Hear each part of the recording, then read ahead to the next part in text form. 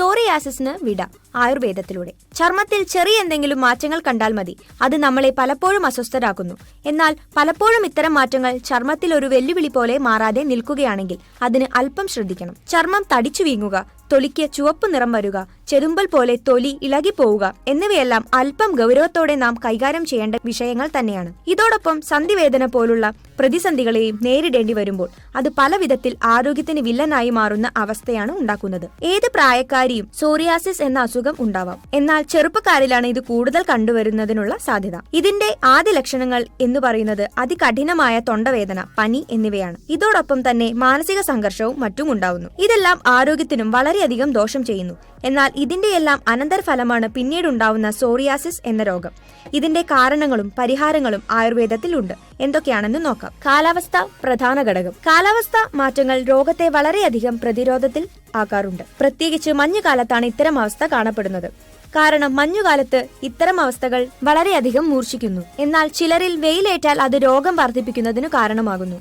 അതുകൊണ്ട് ഇത്തരം അവസ്ഥകൾക്ക് പരിഹാരം കാണുമ്പോൾ അത് രോഗം വർദ്ധിപ്പിക്കാതിരിക്കുന്ന കാര്യത്തിലും ശ്രദ്ധ വേണമെന്നത് അറിയണം. ക്ഷമയോടെ കാത്തിരിക്കണം. എന്നാൽ പലപ്പോഴും പെട്ടെന്ന് പരിഹാരം വേണം എന്ന് വിചാരിച്ചാൽ അത് ഒരിക്കലും സോറിയാസിസിന്റെ കാര്യത്തിൽ പരിഹരിക്കാൻ സഹായിക്കുകയില്ല. കാരണം നല്ല ക്ഷമയോടുകൂടി ശ്രദ്ധിച്ച് ചികിത്സിച്ചാൽ മാത്രമേ അത് സോറിയാസിസിനെ പരിഹരിക്കാൻ സഹായിക്കുകയുള്ളൂ. രക്തശുദ്ധിക്ക് വേണ്ടി ആയുർവേദ പ്രകാരം പല കാര്യങ്ങളും ചെയ്യേണ്ടതായി ഉണ്ട്. ശ്രദ്ധിക്കേണ്ട കാര്യങ്ങൾ.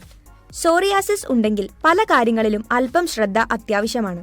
ഇത്തരം കാര്യങ്ങളിൽ അലംഭാവം കാണിക്കുന്നത് കൊണ്ടാണ് പലപ്പോഴും പലരിലും സോറിയാസിസ് മാറാത്ത ഒരു ചർമ്മരോഗമായി തന്നെ ഇപ്പോഴും നിലനിൽക്കുന്നത്. അതുകൊണ്ട് എന്തൊക്കെ കാര്യങ്ങളിൽ ശ്രദ്ധിക്കണം എന്ന് നോക്കാം. അമിത ഭക്ഷണശീലം. പലരും ഭക്ഷണത്തിന്റെ കാര്യത്തിൽ വരെ നിയന്ത്രണങ്ങൾ വെക്കണം. അമിതമായി ഭക്ഷണം കഴിക്കുന്നത് ഒഴിവാക്കാൻ ശ്രദ്ധിക്കുക.